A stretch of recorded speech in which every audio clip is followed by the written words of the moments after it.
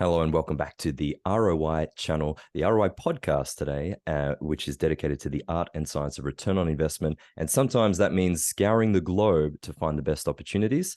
In my scouring of the globe, I came across the works of my next guest, Mr. Patrick Flood, who does some amazing deep dives into Latin American stock markets.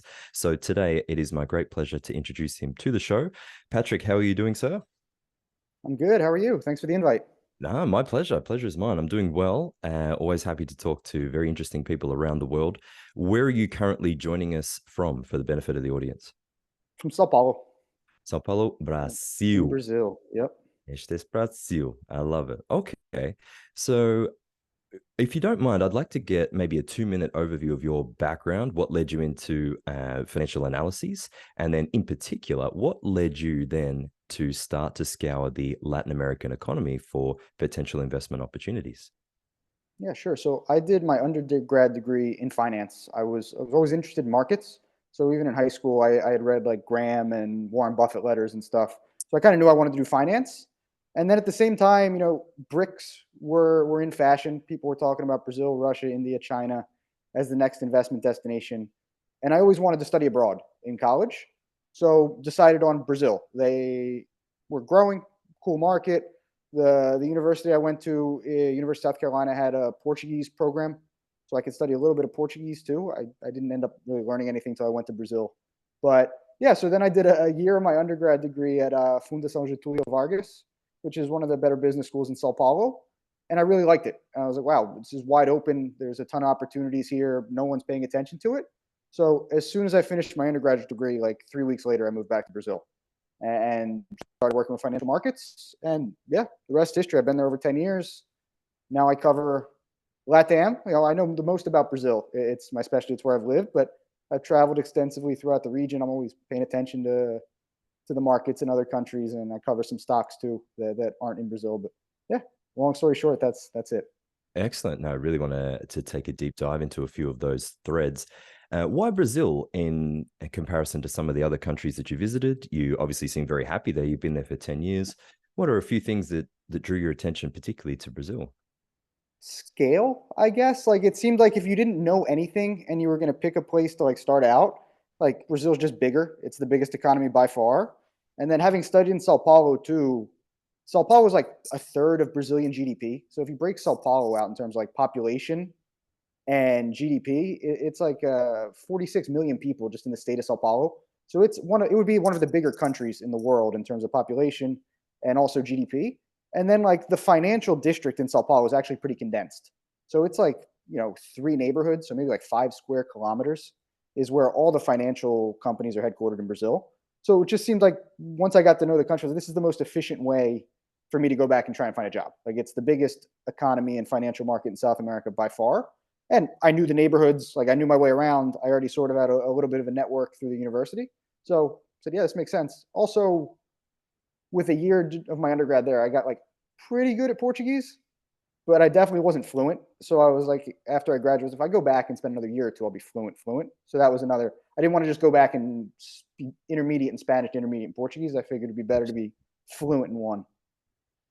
Excellent. Okay. And you mentioned GDP in the numbers. For someone who hasn't necessarily looked at Brazil as an economic power, personally, I consider them a sleeping giant.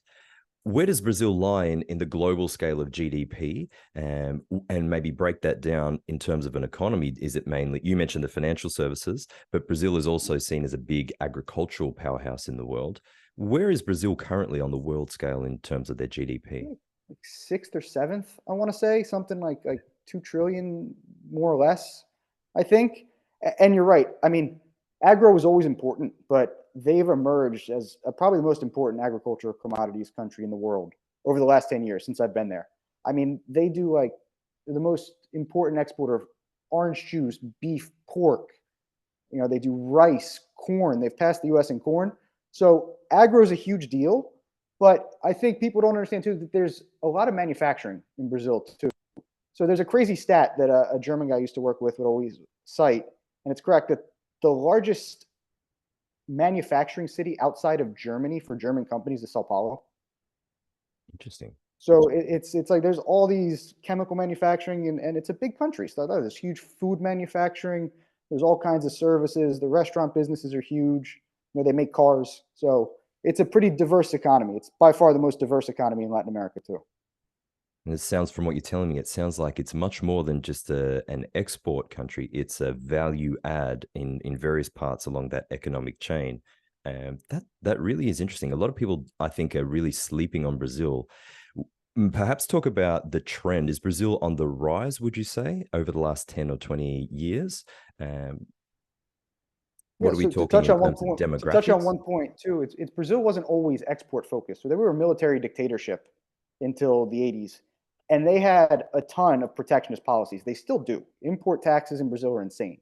So to import, generally speaking, it's like 100% in tax. Wow. So if you want to buy a MacBook, it's one of the most expensive MacBooks and iPhones in the world.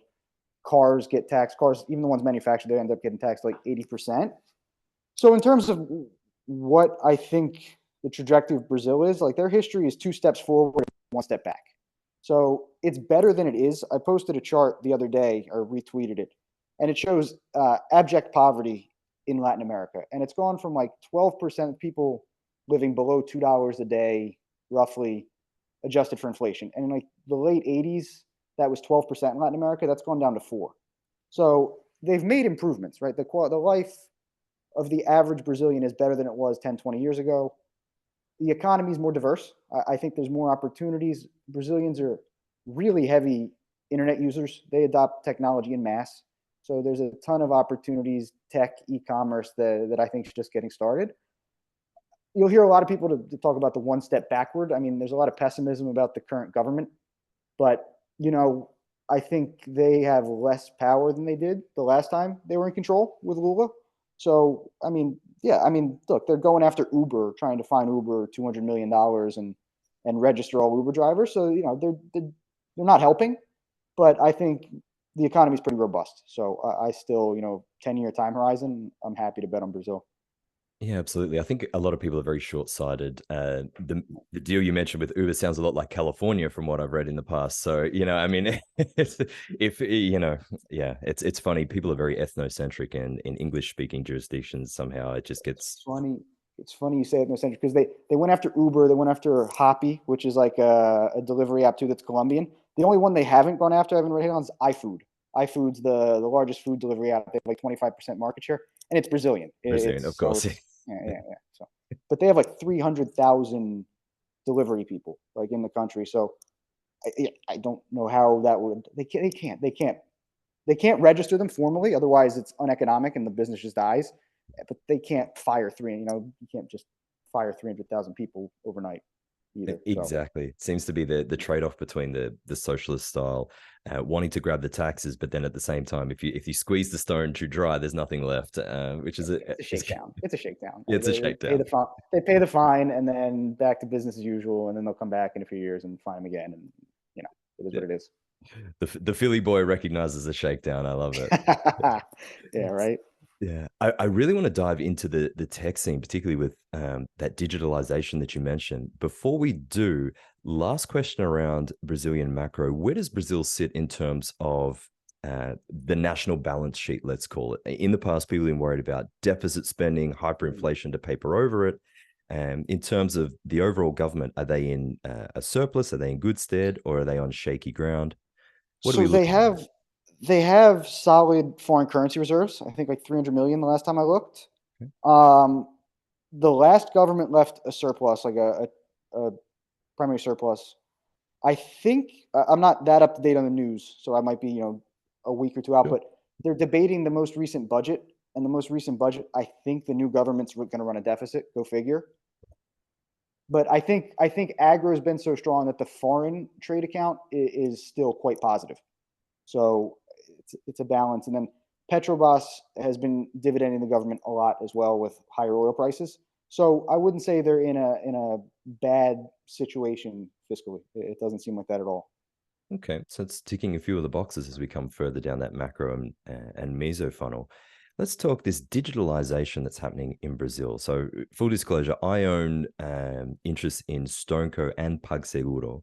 My Okay. thesis around that is that there is a large amount of Brazilian Brazilians who are just getting phones and bank accounts and adopting the technologies that you mentioned. The economy is growing, and I really love these asset light, clip the ticket style businesses that can grow in revenues without a commensurate increase in their expenses. What are your thoughts on that in general? And if you have any thoughts on StoneCo and PagSeguro, I'd love to hear them. So Stone, if I remember correctly, the majority of their revenue is payment processing from card payments, the little Correct. machines, right? Correct. Yeah. So look, there's two important trends with payments in Brazil. The most important to understand is Pix. Pix is a central bank payment system. They introduced it in 2020, and it has been a hockey stick up. It has gone from zero to the most used payment system in the country by far. It's debit payments, clears directly through the central bank, and it's free and instant. So there's no need in that context for an intermediary. So there's zero. So that went from Stone went from making margin in 2020 on debit payments to zero margin. So there's still credit cards, right? So there's still credit card payments. It's been fairly stable and they're still used. Credit in Brazil is a little more complicated. There's higher delinquency rates. So it's not as common. Some people don't have access to credit, right? I mean, they're still trying to get a large portion of the population bank accounts. So even after you get them a bank account, they need a credit history, and it's not as common to see credit cards. So Pix payments, debit is the most common. With credit, I mean, it's hard because now you're competing with. I know Stone issues credit cards too, so you're They're starting to trying to go compete with. vertically integrated with They accounts kind of and have to because mhm, the even the little machines, like everyone has one, but that can easily end up on your phone in 3 to 5 years. Like, you know what I mean? The merchant's not necessarily going to need that. yeah, So I think when you're starting to get into the credit card, now you're starting to compete with Itaú and Bradesco and the big banks that do credit as well as anybody in Brazil. Like they're very good at it. So I don't know. I see them getting squeezed at both ends, right? The debit payments from Pix is gone. There's no need for an intermediary anymore. And then on the other end, if you're going to compete with credit, I mean, that's a really competitive space. yeah. Fintech's the most invested venture capital niche or vertical in the country. And then Itaú, new banks there. I mean, there's a ton of competitors there. So I don't know. I would be, look, and I understand, like, I'm also talking everything long term. I understand Stone's Absolutely. growing like crazy. Mhm. So I don't know. Can they still grow for 2 to 3 years? Probably. Like, it wouldn't surprise me at all. But do I want to sit there with their current product offering and own it for 5 years and forget it? No way. No way. Especially I when just, yeah. you've got a competitor that's the central bank essentially. Yeah, it's free and instant, right? Someone sent me a Stripe thing and said, "Can you pay me with Pix through Stripe?" And I looked at it and it was like 1.5%. Why would I ever pay you 1.5% for? It's instant. It's peer to peer, basically. It feels like peer to peer. It goes through the central bank, so it's not technically, but it shows up immediately. You just put in someone's ID number, email. You can register with a phone number. So it's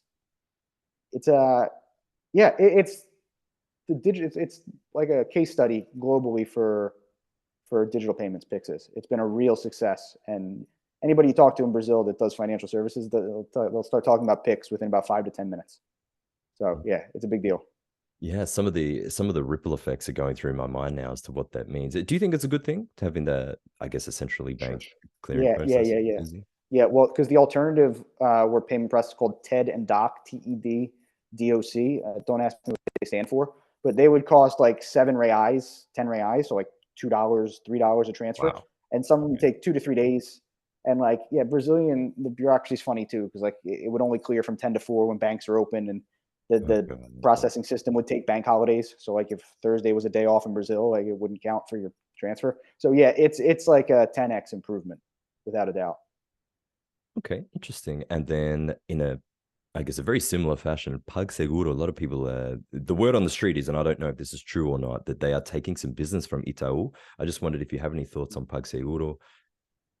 Yeah, I haven't looked at them recently. I meant to go through them today before this conversation, but I ended up in a different rabbit hole on Twitter talking about micro strategy. So that's a different thread. So I haven't looked. I got through the Stone most recent PowerPoint, but Paxagirl, I know they're owned by Mercado Libre, right? Or Correct. Yeah. they're affiliated with them. So look, that's definitely a different proposition than Stone because they can integrate with the largest e-commerce platform in South America.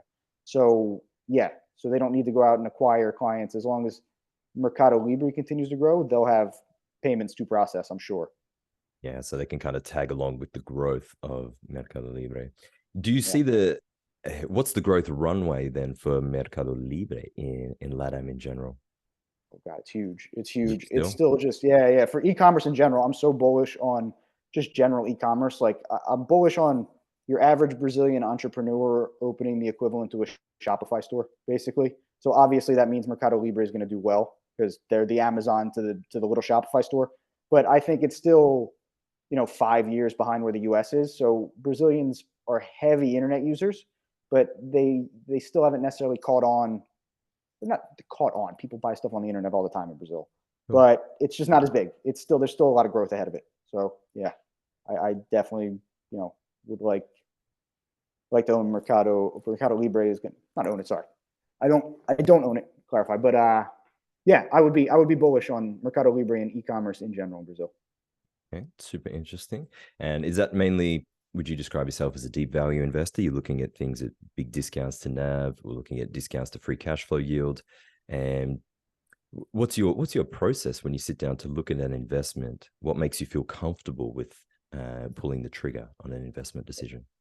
I mean, the first thing is something I understand, like a business that makes sense to me that I'm competent at. The second's a healthy balance sheet. I think I have a hard time with highly levered balance sheets. It just scares the hell out of me. And especially in Brazil, there was a tendency 5, 7 years ago where a lot of companies got absolutely crushed by the carry trade. So they went out and borrowed in dollars and they were earning in reais. And if I see that, I'm still, there's not as much of it anymore, but I don't like to see that. It scares me. So yeah, a relatively clean and conservative balance sheet appeals to me. And then after that, generating free cash flow, healthy business they can reinvest. Doesn't necessarily need to raise capital. So yeah, simple stuff, value investing, I guess you can call it if you want, but not necessarily. I'm not necessarily obsessed with. It doesn't have to be trading at a 2 price to earnings for me to be interested in. I'm willing to buy a good business if I think it's a fair price. I do Okay. have a hard time with something trading at like 30x earnings. Like I looked at Jose Cuervo recently, and I love the business, and everything was just it was amazing. I'm reading this and I'm like, this is incredible. And then I looked at it, I was like 33 times earnings. I'm like, I can't do it. I can't Yeah, do it's a lot of it. growth. A lot of growth at high Yeah, margins yeah, needed to justify that exactly, that multiple. exactly. So interesting. Speaking of valuation in general, what are your thoughts on the Bolsa in Brazil in general across the board? So Petrobras has carried this thing on its shoulders throughout the year, which I love because I'm a holder. Yeah, But you have mentioned in the past that there's so much more to the broad equity market than just Petrobras. So I'd be keen to get your thoughts there. yeah. So it's been a brutal year for anybody indexed to the Bovespa. So Petrobras is up, whatever it is. It's at a good year. You know the numbers, and it's pulled the index up because it's so big. Everything else is pretty much down. So managers that were managing, if they had a portfolio of diversified stocks, the only stock that really had a good year, and this is as of a month ago, was Petrobras. So not many Brazilian fund managers are making their 20% this year on top of earnings. So it's tough. Petrobras has done really well. The rest of it's kind of meandered down. Small caps in particular, which is the niche I like to look at the most, is at the lowest level versus the Bovespa in over a decade. So if you look at the small cap index, SMLL, I believe is the ticker, versus the Bovespa, it's at its lowest level in years, in over a decade. So yeah, I think that eventually reverts somewhere more towards a mean, and I think you can pick up pretty cheap companies trading at very low multiples. It seems to be a theme globally at the moment, or in many markets, that the small caps are trading at historic discounts, particularly in the energy space where I focus. A buddy of mine, Josh Young, has been talking about small caps and how normally at this part of the cycle, they've traditionally been valued at a premium to the bigger names, and now they're being valued at a discount. In terms of the Bovespa getting crushed, in your opinion, how much of that is to do with, say, the dollar index, DXY, strengthening against the real, or how much is to do with the political The environment? So the Real has been strong, and to clarify, the Bovespa is not getting crushed. It was everything else in the Bovespa. So it's I up. see. The Bovespa is up on the year because Petrobras did so well, and a couple other small names. Similar dynamic to what do they call them now? The Magnificent Seven or whatever. So like most stocks are down. So your diversified equity portfolio probably didn't do that well, but the index did fine. So it's closing in on all time highs almost in Real terms. And the Brazilian real has been pretty resilient. So it's, I don't know, it's stable. I anchored a 5, so it's below 5 slightly right now, like 485, and it was at 550 at one point, maybe a year ago. So See, the agro exports have really upped demand for it, and then there's also pretty high real yields on Brazilian debt. So the interest rate's 12.25, 12.75, I believe, and inflation's running at like 4 or 5. So you're sitting 6-7% real yield, which is pretty attractive globally. absolutely. So you've seen muted. I mean, there's been foreign inflows, but not as much as you would expect. And then there's been a ton of demand from the agro commodities exports. So the real has been doing okay, actually. It's interesting. I did post a chart on Twitter, which I noticed that you liked about the yields were coming down, suggesting that some inflows were going into that market. If it's not foreigners buying up Brazilian debt, who's buying up the Brazilian sovereign debt? Oh, Brazilians, the Brazilians. Yeah. treasury markets. Yeah, yeah. It's a fixed income market in Brazil. Equity's starting to grow, but they have a hyperinflationary past. So, yeah, the average Brazilian takes the overnight rate. They're conservative. They just sit there. It's 12.25%. They're fine with it, which has also been a huge headwind for equity markets, right? I mean, it's a tough hurdle rate to beat 12.25 in the risk free, right? So that's been a drag on equity performance too. So yeah, Brazilian save in fixed income, and Selic or treasuries. Selic is the interbank lending rate. CDI is what the individual gets, the same number. But yeah, Brazilians have been buying treasuries. Makes a lot of sense if you're getting circa 8% real yield. What do you think would need to change for those for that capital to flow out of the fixed income and into the equity markets? It's a good question. I don't know. I mean, they're cutting rates, so they're in the midst of a rate cut cycle. Okay, that was So my next. that will have some impact. But I mean, I don't know. The way I look at it, do I, does 11.75% attract me out of it? Not really.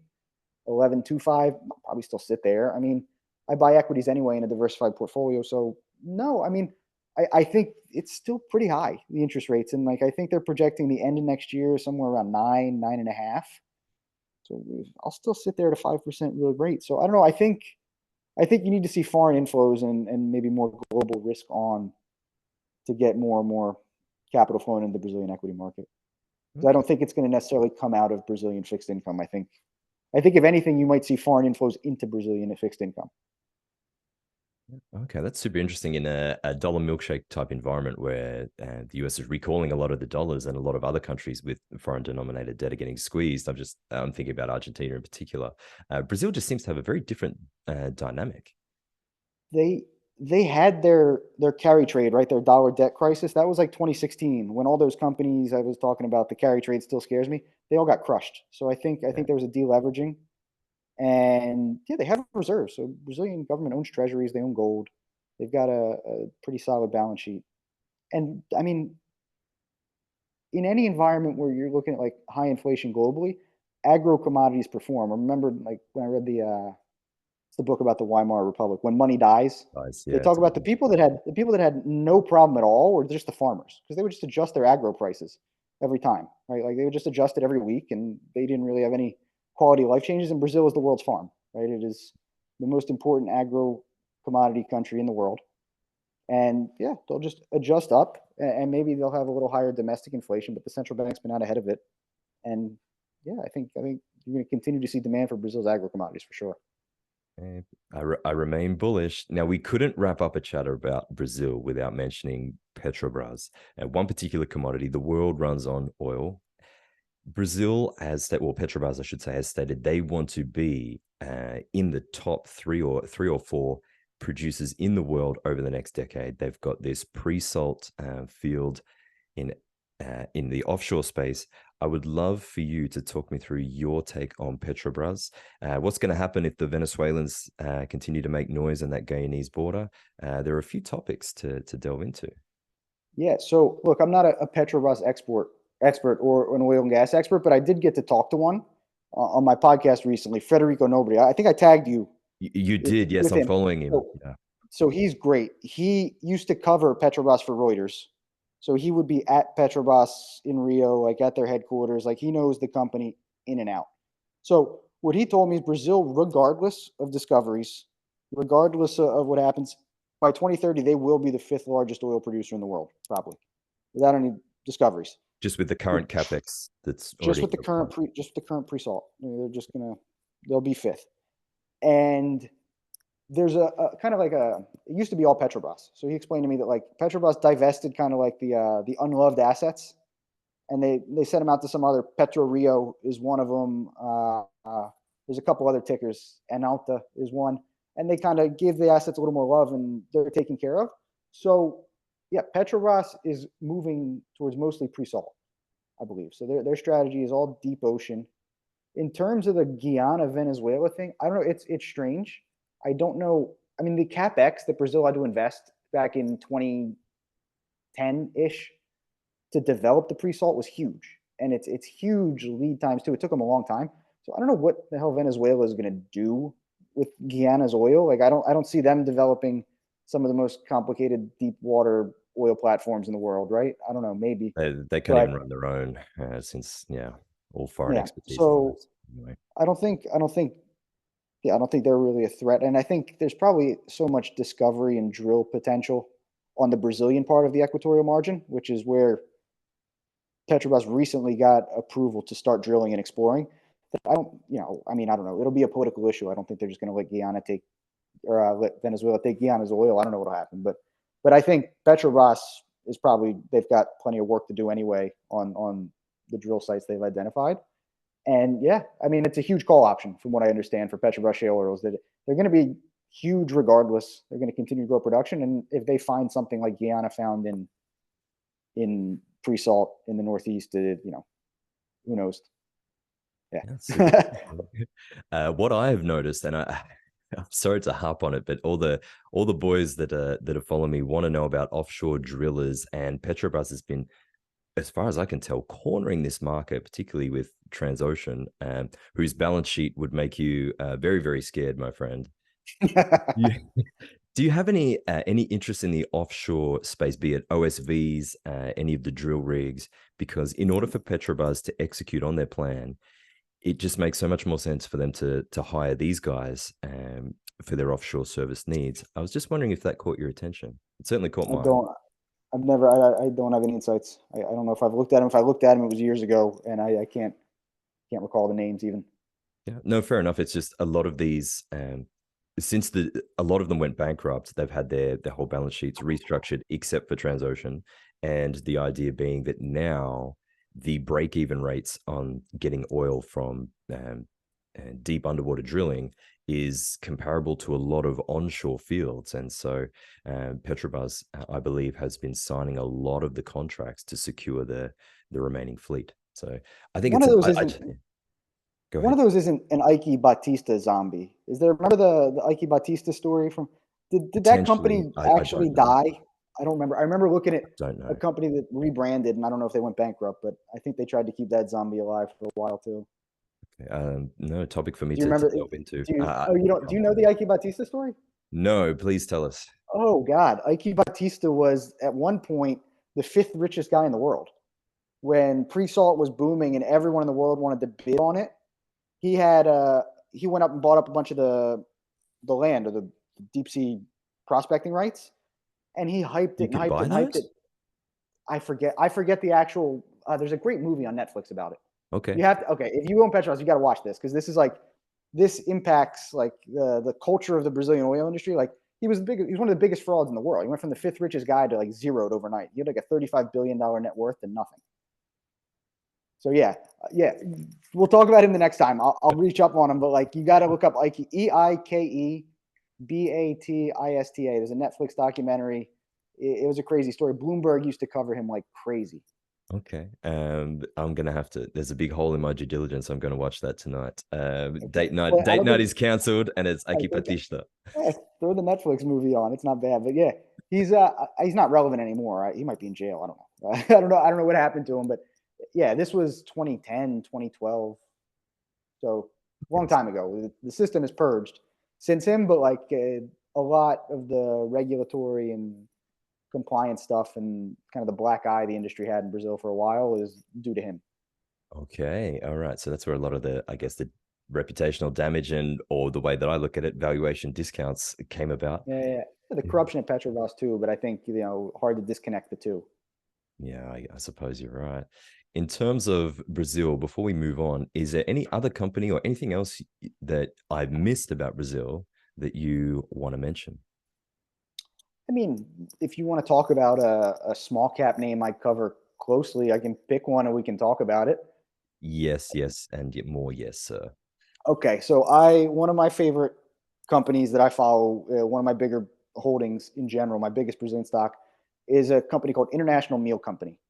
IMC is what they call them, and then the ticker is MEAL3, MEAL3. So they are. I bought them as a turnaround story. So all the stuff I said about bad balance sheets and stuff, I broke my rule. So, but they have the master franchising rights for Kentucky Fried Chicken and Pizza Hut in Brazil. Ooh. They also operate an American franchise called Margaritaville, which was like the Jimmy Buffett themed restaurants. I mean, yeah, straight out of Dante's Inferno. They play the same Jimmy Buffett concert on repeat. I mean, it's a funny lifestyle brand, but like 33 restaurants, it prints like 6 million in EBIT annually, so it makes money. They also have a really unique franchise in Brazil called Frango Assado. Frango Assado is the second largest rest stop restaurant in Brazil. So they have like 25 really well located highway restaurants with gas stations. And like it's kind of a weird amalgamation. They also have and had other brands. So it was kind of like a private equity monstrosity. Advent International went out and just started acquiring like all these restaurants all over Latin America. So they have a catering business in Colombia. So they have like the Bogota airport. They do catering for some airlines. Terrible business, Okay. loses money. They had Hardee's burgers in Panama, and they also had a location at the Panama airport, which they sold for 40 million US about a year ago to pay down debt. They recently sold their Olive Garden restaurants in Brazil. There were like 9 of them. They got like 40 million reais, I think, if memory serves.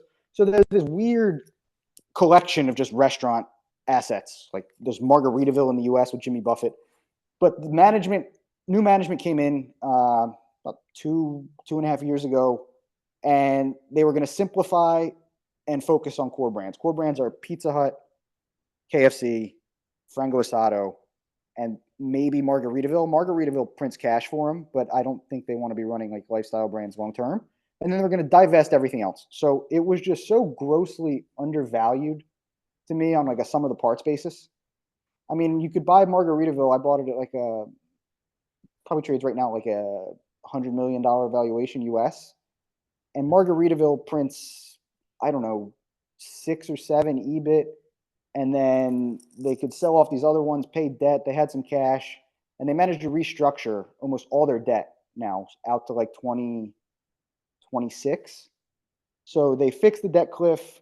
They've started divesting assets. They have a couple other non-core restaurant assets they can sell that are worth a lot. There's a brand called Vienna that anyone that's been to Sao Paulo will know. They have a Guarulhos airport location. So I looked at it and I said, okay, they're probably going to be able to restructure the debt. New management is executing. They continue to execute. Everything management told me they were going to do, they keep doing. And yeah, I'm content to take it. I think or sit on and hold it. I've owned it for like 2 years. So price has fluctuated. It got absolutely crushed about 3 months ago when the small cap index dumped them. So on a Friday afternoon in the last hour of trading, the small cap index just dumped like the equivalent to like a week's worth of shares, like ton of volume, just one straight sell order, and price dumped. So it's been down in general for Brazilian small caps, and they were especially down because they got kicked out of the index, and no one was coming in to buy it. But it looks like it's bottomed. It's up 25% off its low. And yeah, I'm happy to sit there. Management keeps executing. They still have restaurants to sell, and they extended the debt. They're not in a perilous situation financially. So yeah, I think there's a ton of upside still for Kentucky Fried Chicken, KFC in Brazil. Yeah, interesting. So some of the catalysts would be, I guess, the restructure, selling down some of those assets, cleaner balance sheet, focusing on the core brands. So it's interesting. I've never been to Brazil. I just didn't imagine there'd be a huge influence from, say, American style franchises when it comes to fast food. So you're telling me that there is an appetite for chicken in Oh Brazil. God. Yeah. 3G Capital, the Jorge Paulo Lemon, who was famously Warren Buffett's partner on Heinz, I guess. They owned Burger King in Brazil for a while, trades under the ticker ZAMP, ZAMP3. Mubdala Capital, the sovereign wealth fund from Abu Dhabi, is heavily investing in Brazil, and they're the largest shareholder now, I think. And they're they're activists, so they're trying to change the way it's listed, and they're heavily invested in it. McDonald's does really, really well in Brazil. That trades too. That actually trades in the U.S. Arcos Dorados, which is Golden Arches in Spanish. ARCO is the ticker. They do really well. So those are great businesses. You could also look at Alesa, ALESA, which is a Mexican company. They have Starbucks and Domino's Pizza, I think. There's an analyst, Ian Bezic, that covers them really well. He owns them. They're a solid company too. They have a bunch of European assets too, which is a little strange. They're another one of these like restaurant monstrosities kind of, but they do really well. Cleaner balance sheet, really well run. So yeah, definitely the most distressed of all of them was Meal 3, the one I own. So it looked undervalued relative to peers, and executes. I like the CEO. He's the former president of Popeyes, which is the second largest fried chicken franchise in the world. It's Restaurant Brands International. So if you want someone to run your KFC, you had to compete with KFC for a long time. It's probably the best guy in the world to hire, in my opinion. So yeah. I mean, like the stock price got beat up, but I'm a fundamental trader or fundamental investor at the end of the day. So I'm not going to trade in and out. Management's executing. The fundamentals continue to improve. My thesis hasn't been invalidated. Just got dumped from an index, and small caps are down. And fine. Sounds like some forced selling. I'm being kicked out of the index. So these companies, let's say the McDonald's of the world, do they create separate corporate structures for their Brazilian assets, and so and they've separately listed that? Is that what you're saying with Arcos Dorados? No, they give master franchise agreements. So what they do is so they give this company the right to operate all the McDonald's in a region. Coca-Cola does something similar with their bottlers, is a good way to think about it. But you can directly invest in just that master franchise. Just that master franchise, which is just going to be the region that McDonald's has given the master franchise. So one of the catalysts that I saw too when I bought Meal 3 is that there was a dispute because the old management was there. I guess Kentucky Fried Chicken, which is Yum Brands, Kentucky Fried Chicken and Pizza Hut are both Yum Brands, wasn't particularly happy with what was going on. The company wasn't run well. They were over-levered. So they weren't necessarily confident they were going to renew the master franchise agreement. And while I owned it, they got a huge pop in the stock because they did eventually renew for 10 years International Meal Company's right to operate Kentucky Fried Chicken in Brazil. So they have it for 10 years. And then they pay royalties. So they pay it on, it's different for each brand, each McDonald's or whatever, but they'll charge royalties on top of sales, maybe an annual fee, stuff like that. Yeah, doesn't sound like a bad model. I'm learning a lot. I can't speak for anyone else, but I'm certainly learning heaps. Other interests of mine in Latin America, there's big vertically integrated plays. So Ecopetrol in Colombia, and another Brazilian company, Braxem, that's got this. It's had a couple of tenders. I don't know if you follow Braxem. I know them. They're huge. There's talks of privatization, or there were for a while. But I confess that I prefer the small caps because they're simpler to understand. Like these huge Brazilian monstrosities, there's just so much to them. Like I looked at oh God, I'm gonna forget the name. The largest energy. I gotta look up the ticker. I'm gonna take a second. It's the largest electric energy producer in the world. And I pulled up I read through their most recent annual report. It's like 500 pages, and there's all these joint ventures and stuff. And it's I can't possibly unpack this. I can look through 20 companies before I unpack this. I can't believe I'm drawing a blank on the name of the. Are they like a utilities play or? Electrobras. My God, it's all Electrobras. So yeah, they were recently privatized. So they were the state-run electricity company, but I think there's something like 30% of the electricity production in Brazil, if memory serves. So they're a huge electric company in Brazil, and they were recently privatized. It's ELET3 is the ticker. Okay, interesting. In terms of other other countries in Latin America that take your fancy? Looks like Gustavo Petro in Colombia is going to be a one-term president. A lot of people, I've seen some capital inflows into my EC shares at least. Do you have any thoughts on Colombia, or it doesn't take your Yeah, fancy? I love Colombia as a country. So I've spent, I don't know, 6 or 8 months living in Colombia. It's where I went to get better at Spanish. So Bogota, Medellin, love the country. In terms of investments, it's just not that big of a universe relative to the rest of LATAM. So there's some stocks I've gone through them. I covered the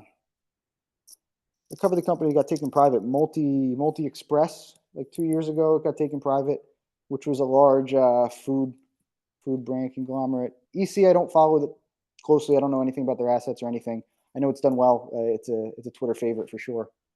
But yeah, there's interesting assets in Colombia. I mean, you can look. It's just not that big of a pond to fish in. But I mean, I bullish long term on the country. The demographics are good. The people are generally smart, hardworking. Like I would be bullish on Colombia long term. A tricky one. A lot of people talking about the reshoring trend. Mexico would seem to be a logical beneficiary of that. My very short stay in Mexico, I did see a lot of activity. Do you have any coverage in Mexico, or it's not on your radar? Yeah, I covered Gruma, which is the largest corn flour producer in the world. Ooh. But they're interesting in the sense that they have a ton of sales. They're a global company, so it's not necessarily a reshoring trend. They have mission tortillas. They are the largest corn tortilla maker in the world too. So they're just a global food company, really well run, tight share count. I think the founding family owns like 70%. And I mean, they're expensive. I think I covered them at like 17 times earnings. So it's like you pay for a good company if you're bullish on corn replacing wheat. So I liked it. I don't own it. I never ended up buying it. But yeah, I covered them. Who else did I cover from Mexico? I cover the mining industry. I have a soft spot for precious miners, and it's been brutal. But yeah, I I've got some black cover. eyes from the Oh Fortuna God, man, Silver yeah, issue with that was a Mexican standoff if ever I've seen one. oh, Sorry, you go and ahead. Fortuna? I used to, and then I just I had no confidence Oh, that they would, I yeah, with still the own it. local. I still own it. Okay, I still own it. interesting. I still own it. Yeah. The Lindero. Yeah, I don't know, but then I don't know what to make of the African assets. I have a harder time. You know, I know a lot of people that own Roxa Gold were very upset and thought Fortuna got the better of it. But yeah, I don't know. I still own it. My thesis on silver, I guess, is still intact. Exactly. So there's still not many silver miners to choose from. So like, yeah, I'll hold it. I'm down, but I'll sit in it. It's fine. I covered First Majestic, Mhm. which their Mexican assets are great. I mean, Jarrett Canyon in Nevada didn't go well. I don't know if you followed. They bought a really expensive gold mine in Nevada, and yeah, just Yeah, a lot of they people were poured a worried ton of that money this was into it. like an underhanded kind of pivot away from silver towards gold, or I'm not sure That's the that. trend, right? A lot of companies are doing that. I just don't think there's that many pure silver plays. I don't know if there's just not enough silver mines under development, or yeah, but it seems like a lot of silver companies. I also own Calibri, which was the largest gold miner in Nicaragua, which is, yeah, we can compare Nicaragua to Panama, which has kind of been interesting to watch that play out, because you followed what happened in Panama with the nationalization of the Yes, mine, sir. right? And Yeah. and everyone talked, Panama was always hyped up. Oh, it's free, it's liberal, it's friendly to investors. And there's Nicaragua with like a 30-year dictatorship and business as usual, no issues. Yeah. They mine, they repurchase shares. They're actually buying Canadian assets with money they make in Nicaragua. So it's you never know. I mean, especially with gold mining, right? You can't move the mine, so you're stuck with whatever government ends up in power. Yeah, exactly. And I've spent a month in Panama. It didn't give me a lot of confidence. Let's put it that way. And I think Yeah. it's an interesting trend. The silver thesis, everyone's talking about the copper thesis, but what's going to happen with like Mexico's recent track record with the silver miners, and Panama's recent debacle with First Quantum, and then what's going to happen with Cobre Panama? I mean, there are a lot of questions around this space. What other precious metals or metals producers do you own? In LATAM, I own a small position in a company I covered. It's irrelevant in terms of size, but I own it just to keep up with it. Called Lumina Gold. Lumina is the like it's one of the largest gold deposits in the world, and it's in Ecuador. And there's just not that many Ecuadorian stocks to follow. Mhm. So I leave it in the portfolio to stay up to date with it. It's just a huge it's a huge mountain pasture. Like they're drilling it and exploring it. There's nothing really to the business. They dilute to raise capital to go drill more holes in the ground, and like maybe one day a mine gets developed. But it's interesting because it's huge in Ecuador. It's the same district as all the Peruvian mines, right? So Mhm. Ecuador is relatively underdeveloped, underexplored, with theoretically the same upside as Peru, which is a huge mining jurisdiction. So yeah, I keep up to date with the Ecuadorian mining industry, and who knows? I mean, there's definitely gold and minerals there. Yeah, So as if they I end up developing it, understand, someone will make money. Ecuador, and this is coming from an Ecuadorian geologist, who she told me Ecuador has some of the highest grade deposits for metals in the world. Yeah, look up Lumina. It's Carnegejos, Canerjos is the name of the deposit. It's huge. It's like Okay. it would be like the 35th biggest gold mine in the world or something. Like it's a really big deposit. Okay, definitely. And I think Ecuador really flies under the radar. It doesn't get a lot of attention, but it's got, as you No, mentioned. it's a dollarized economy, and it seems to do okay economically. I mean, I saw a stat the other day that kind of blew my mind that in terms of how many minimum wage salaries you need to buy 100 square meter apartment on average, like Ecuador is by far the most affordable housing market in Latin America, which I never would have guessed. Yeah, no, I saw a lot of people using that as an argument for Argentina's potential dollarization. Yeah, yeah, yeah, yeah. We'll see. Argentina's got. I don't know. I don't know the difference. I can't compare and contrast like the wide range of bureaucracy. I think Argentina is a Yeah. basket case still. So I don't even know how to handicap that. I mean, it's the first reason to be optimistic in I don't know 50 years about Argentina Absolutely. economically. So good on them. Like I hope it works out well. I have no idea. You know, where does inflation stop? What are they actually going to do? So I tried to look at Argentine stocks. I don't know a year ago, and I looked at the balance sheet. I have no idea even what's this currency worth? Like, what am I doing? Yeah, So yeah, I kind exactly. of I closed the PDF and no. No, it's headache material for sure. As I understand, with the even if Milei can get all the swing votes in the Senate and in the House, it's a gridlock. So what he can do in terms of currency changes, central bank reforms, tax reforms, all that's got to be passed through both houses. So it's going to be an interesting few years. You covered my next point. Okay, my man, we're coming up on the hour. Let's talk about you. Let's talk about your Substack and the services you provide. Educate listeners as to your services and where people can find you. Obviously, the links will be in the description. Cool. So yeah, I write a Substack, Latam Stocks. It's substack.com, Latam Stocks. I try to cover the whole region. So I've covered companies Mexico, Ecuador. I covered the Nicaraguan miner. Chile is actually we haven't talked about Chile, but Chile's Yeah, I don't after like Brazil Chile. and Mexico, they have the most. They have by far the third most stocks listed. So it's a bigger pond to fish in. Uh, yeah, Brazil I cover a lot, and I don't necessarily try and cover. I think this stock's going to go up 20% in 3 months. I try and cover like interesting industries. So I'm gonna write up a Chilean wine company, a wine stock next because it's a huge wine exporter, and most people don't know about it. I wrote up a Chilean fishing company because they're the second largest salmon exporter. I wrote up a Brazilian Oh wow.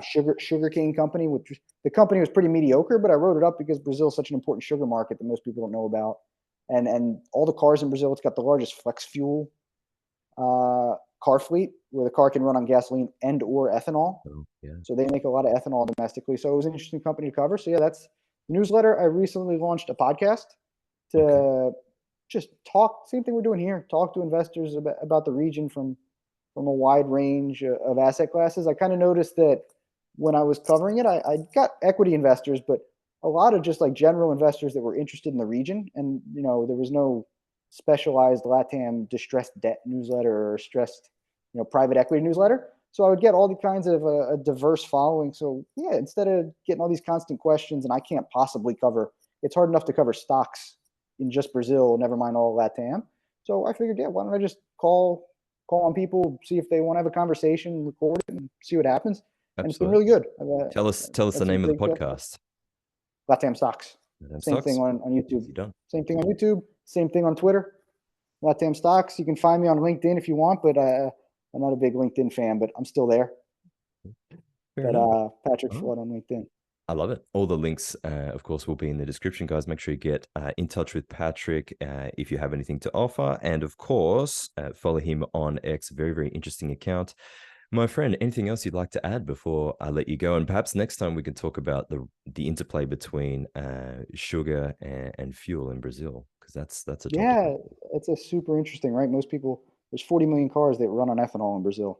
So it's a big domestic industry that doesn't get any attention when people are talking about electric vehicles.